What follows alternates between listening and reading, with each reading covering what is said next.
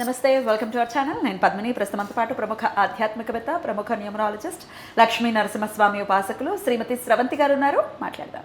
నమస్తే అక్క. నమస్తే పద్మిని. అక్క, మీరు 5 ఎలిమెంట్స్ గురించి చెప్పేటప్పుడు చాలా ఎక్కువ దగ్గరగా లేకపోతే ఎక్కువ ప్రేమగా చెప్పేది వాటర్ గురించి అని అనిపిస్తుంది నాకైతే కదా. అన్ని ఎలిమెంట్స్కి ఆయా ఇంపార్టెన్స్ ఉంది, బట్ వాటర్కి ఇంకా ఎక్కువ ఉంది. నువ్వు ఒక మాట అన్నావు, ఆ మాట అన్న తర్వాత ఇంకా ఇష్టం పెరిగిపోయింది. ఓ, ఏంటి ఆ మాట? ఆ మలినాన్ని కూడా కడిగేస్తుంది కదా అక్క, అసహించుకోకుండా. అందుకని ఇంకా వాటర్ అంటే ఇంకా ఇష్టం. చూసా, అది నా మైండ్లో అట్లా ఫిక్స్ అయిపోయింది. నిజమే కదా, ఎంతటి దుమ్మునైనా ఎంతటి మాలిన్యాన్నైనా తొలగించేస్తుంది. అంత ఓపిక అంటే బాధను తొలగిస్తుంది.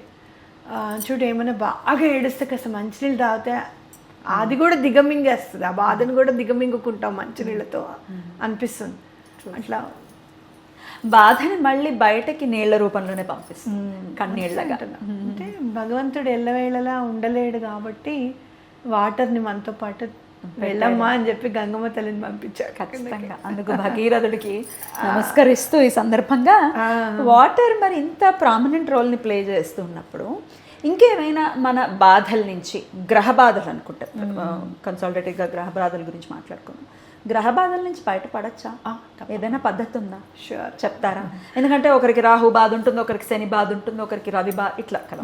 సో ఆల్ 9 planets బాధ ఉంటుంది. బాధ లేకపోయినా కూడా డైలీ మనం కనుక పాటిస్తుంటే 9 planetsకి మంచి చేకూరుతుంది. ఏదైనా కొద్దో గొప్ప తేడాలున్నా సెట్ చేస్తుంది. ఓకే, మార్స్ చాలా పవర్ఫుల్ అనుకుంటాం, పవర్ ఎక్కువైనా కష్టమే కదా. అవును, ఆగవే ఆగు ఆగు అన్నవి సరిపోతుంది మా మైత్రిని అయితే. నిజంగా జీవితం మొత్తం ఆగమంటూ నేను ఒక్కోసారి అంటే నీ గురించి టెన్షన్, నీ గురించి ఆలోచిస్తూ నేను అసలు చిన్నదాన్ని పట్టించుకోవడమే మానేసాను నేను అని అంటూ ఉంటాను. అలాంటిది చాలా తగ్గింది ఇప్పుడు. అంటే నేను హీలింగ్ చేస్తూ మేనిఫెస్టేషన్స్ చేస్తూ అట్లా. సో ఆ పవర్ ఎక్కువ ఉన్నా కూడా తట్టుకోలేము. అవునా కదా, బ్లాస్ట్ అవుతుంది పవర్ ఎక్కువ కూడా. సమతుల్యత కోల్పోతే ఎట్లా? కాబట్టి అలా మనం చేసుకుంటే కనుక ఆలోచిస్తే ముందు మనము సన్ గురించి చెప్పుకో. మనకి సనాతన ధర్మంలో సూర్యుడు బాగుంటే అన్నీ బాగున్నట్టే అని అనుకొని మనకి ముందు నేర్పించింది సూర్యుడికి అర్ఘ్యం ఇవ్వడం. దీన్ని మించింది లేదు. చక్కగా కాపర్ చెంబులో చక్కగా అర్ఘ్యం ఇవ్వండి. ఆదివారం రోజు మాత్రం అంత బెల్లము కలిపి అర్ఘ్యం ఇవ్వండి, చాలా బాగా కలిసి వస్తుంది. ఇంకా ప్రతిరోజు ప్రాక్టీస్ అంతే. మళ్ళీ దీనికి ఏం ప్రత్యామ్నాయం? బాగుంటే అన్నీ బాగుంటాయి. ఏదో ఒక రకంగా హెల్ప్ చేస్తాడు మనకి. సూర్యుడికి అర్ఘ్యం ఇవ్వడం అనేది చాలా ఇంపార్టెంట్. అదే అలవాటు చేసుకోండి. అలాగే సోమవారం రోజు శివలింగం మీద నీళ్లు పోయాలి. స్వామికి చాలా ఇష్టం ఆయనకి. ఇది చెరుకు రసం ఇష్టం, మామిడి రసం ఇష్టం, నువ్వుల నూనె ఇష్టం, అభిషేకానికి ఇది ఇష్టం, అది ఇష్టం, ఏది ఇష్టం, అన్నిటికంటే నీరు ఇష్టం. కాబట్టి ఆయనకి మనం రోజు వెళ్ళలేము అంటే కనుక ఇంట్లో శివలింగానికి పోయండి. మా ఇంట్లో శివలింగం లేదండి అనుకుంటే కనుక చక్కగా ఒక రాయి పెట్టుకోండి. బయట మమ్మల్ని పెట్టుకోవద్దు అంటున్నారండి అంటే మీ ఇంట్లో మీ ప్రహరీ గోడ లోపల ఒక చిన్న రాయిని అక్కడ పెట్టి ఓం నమ శివాయ అనుకుంటే అక్కడ పోయండి. అక్కడ మాలిన్యం ఏం లేకుండా చూసుకోండి, మురికేం లేకుండా చూసుకోండి. అది కాదు ఇది కాదు ఏది కాదు, మా ఇంట్లో రాయిని కూడా పెట్టుకొని వాడు శివుడు అంటే చాలు మా ఇంట్లో అందరికీ భయం అనుకుంటే కనుక ఆకాశలింగ రూపంలో ఆయన ఉన్నాడు అనుకొని మళ్ళీ ఆకాశానికే సమర్పించండి సోమవారం కూడా శివుడిని తలుచుకొని. ఓకేనా? అలా మంగళవారం నాడు అని అంటే మనం ఇక్కడ రాహుకి సంబంధించింది చెప్పుకోవాలి, అట్లాగే కుజుడికి సంబంధించింది కూడా మనం చెప్పుకోవాలి. రాహుకి సంబంధించింది ఏంటి అంటే ఇంటికి వచ్చిన వాళ్ళకి మంచినీళ్ళు ఇవ్వడం. మీకు అమెజాన్ ఆర్డర్స్ వస్తాయి, లేకపోతే భలే చెప్పారక్క. ఇవాళ రేపు చుట్టాలు ఎవరు ఇంటికి వస్తారు, వచ్చిన మనం ఎక్కడ ఉంటున్నాం అదే అంటున్నా కదా. ఆర్డర్స్ డెలివరీ వాళ్ళు వస్తారు కదా, వాటర్ వాళ్ళకి ఇవ్వడం. రాహు చాలా బాగా చేస్తారు. మరి కుజుడిని ఎట్లా మనము చేసుకోవాలంటే చెట్లకి నీళ్లు పోయడం. తులసి చెట్లోను అలా చెట్లకి, ఇంటి దగ్గర చెట్లకి నీళ్లు పోయడం అనేది చాలా ఇంపార్టెంట్. కుజుడు అస్సలు బాగాలేడండి, చాలా ఇబ్బంది పెడుతున్నాడు అంటే నర్సరీ వాళ్ళ దగ్గరికి వెళ్ళి ఒక 200 వాటర్ కోసమే నేను ఇస్తున్నానండి అని చెప్పి మీరు ఇచ్చి, మీరు వాటర్ పోసేటప్పుడు ఏ టైం పోస్తారు మీరు అని అడిగితే వెళ్ళి అక్కడ వాటరింగ్ చేయండి. కుజుడు చాలా బాగా రెస్పాండ్ అవుతాడు. అవునా?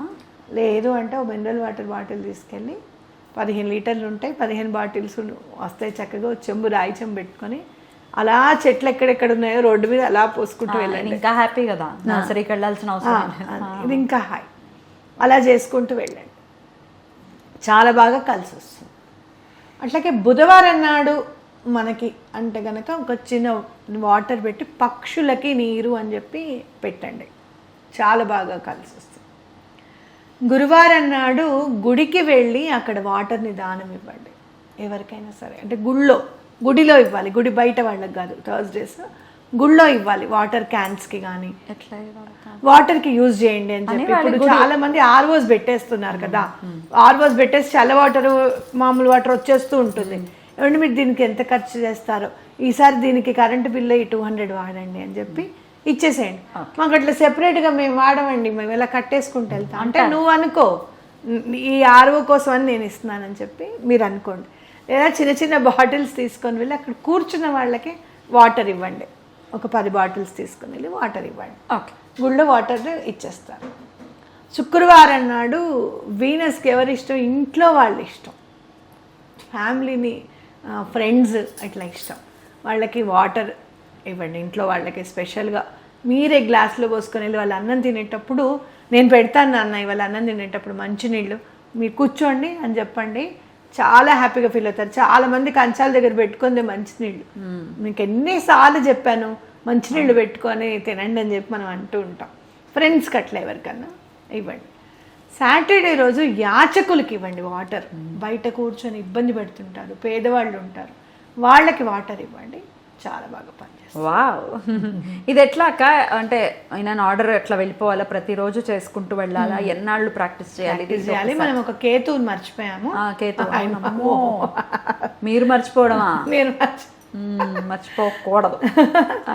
కుక్కలకి డాగ్స్కి పెట్టాలి వాటర్. ఓకే, ఎక్కడన్నా కొంచెం వెళ్ళేటప్పుడు ఒక మామూలు ప్లాస్టిక్ గిన్నెల పాత దాంట్లో వాటర్ పోసి పెట్టడం, మీ ఇంటి బయట పెట్టడం అనేది చేయండి, చాలా బాగా పనిచేస్తుంది. ఓకే, ఇది ఎట్లా ఎన్నాళ్ళు ప్రాక్టీస్ చేయాలి? ఇది ఒక 2-3 months ప్రాక్టీస్ చేయండి కంటిన్యూగా. ఒక 1 month చేయండి. సూర్యుడికి అర్ఘ్యం వేయడం స్టార్ట్ చేస్తూ ఉంటేనే నెమ్మదిగా ప్రాబ్లమ్స్ సాల్వ్ అయిపోతూ ఉంటాయి.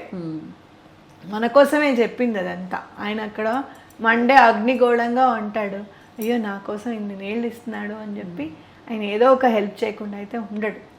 ఓకే, అలా చేయాలి. అద్భుతం అక్క, చాలా చక్కగా చెప్పారు. డెఫినెట్గా ఇది అలవర్చుకుని వాళ్ళ జీవితాల్లో చాలా ప్రశాంతత రావాలని మనస్ఫూర్తిగా. ఎవరైనా జాతకంలో చెప్పారనుకోండి, ఫర్ సపోజ్ మీకు బాగాలేదండి, మూన్ బాగాలేదు, మూన్ ఏం చేస్తాడండి అని అడిగితే, మూను ఎక్కడో ఉన్న మూను ఇక్కడ ఉన్న సముద్రాలను అల్లకల్లోలం చేసేస్తాడు. అవును, అవునా కాదా? పౌర్ణమికి అమావాస్యకి ఎట్లా ఉంటుంది, వాటర్లో ఇంకొక అమేజింగ్ ఇది ఉంది పద్మిని. నేను మొన్న గోకర్ణం వెళ్ళినప్పుడు మేము గట్టు మీద నుంచున్నాం, నేను సుజాత అక్క నుంచుంటే, అక్క చూడండి మనం ఇక్కడ గట్టు మీద నుంచున్నాం, ఎటువంటి పరిస్థితుల్లోనూ సముద్రుడు ఆగడు, వచ్చి మన కాళ్ళని తడిపే వెళ్తాడు, మీరు చూస్తూ ఉండండి అని చెప్పా. గట్టు మీద ఉంది, అప్పటి వరకు వాటర్ గట్టుని దాటి రాలేదు, ఆల్మోస్ట్ అందరు కింద వైపు ఉన్నారు. సరే గట్టు వైపు నుంచుందాం, 3 minutesలో పెద్ద అలా వచ్చి గట్టును తాకి కాళ్ళని తడిపి వెళ్ళి. అంటే వాటర్ ఏం చేస్తుంది అని అంటే మనని టచ్ చేయాలి, మనకి హెల్ప్ చేయాలి అని ఉత్సాహంతో ఉంటుంది వాటర్ ఎప్పుడు కూడా. సో ఆ ఉత్సాహాన్ని మనం యూజ్ చేసుకోవాలి, మనం ఆ యూజ్ చేసుకుని ఆ గ్రాటిట్యూడ్ అనేది చూపించాలి. వాటర్ టాపికే కాబట్టి ఒక క్వశ్చన్ అడుగుతాను. జాతకంలో జలగండ ఉంది అని చెప్పారండి, దీని నుంచి ఎట్లా బయటపడాలో తెలియట్లేదు, భయం వేస్తోంది అని అంటుంటారు. ఎట్లా మరి ఆ భయం నుంచి బయటపడాలంటే వాటర్ని ఎట్లా ప్రే చేయాలి? శ్రీపాదరాజం శరణం ప్రపద్యే, దీంట్లో శ్రీవల్లభుల చరితామృతంలో లాస్ట్ అధ్యాయము, ఒకవేళ గనక జలగండం ఉంటే ఈ అధ్యాయం చదవండి అని ఉంటుంది, అది చదవండి, చాలా బాగా అది పారాయణ చేసుకోవచ్చు. లేదంటే శ్రీపాదరాజం శరణం ప్రపద్యే, శ్రీదత్తరాజం శరణం ప్రపద్యే అనుకుంటూ ఉండండి. వాటర్ అట్లా ఉంటే కనుక జనరల్గా వాటర్ బాడీస్లోకి ఎంటర్ అవుతున్నాము అని అనుకున్నప్పుడు ఆంజనేయ స్వామిని కూడా తలుచుకోండి, గురువుని తలుచుకోండి, ఈ మమ్మల్ని ఈ భయంలో నుంచి ఈ గండం నుంచి మమ్మల్ని బయటపడేలాగా చూడమని చెప్పి దండం పెట్టి, అంటే సముద్రం దగ్గరికి వెళ్ళినా నదీ తీరాల దగ్గరికి వెళ్ళినా ఇలా దండం పెట్టుకోవచ్చు. బ్యూటిఫుల్ అక్క, చాలా బ్యూటిఫుల్గా ఎక్స్ప్లెయిన్ చేశారు. కృతజ్ఞతలు. నమస్తే. నమస్తే.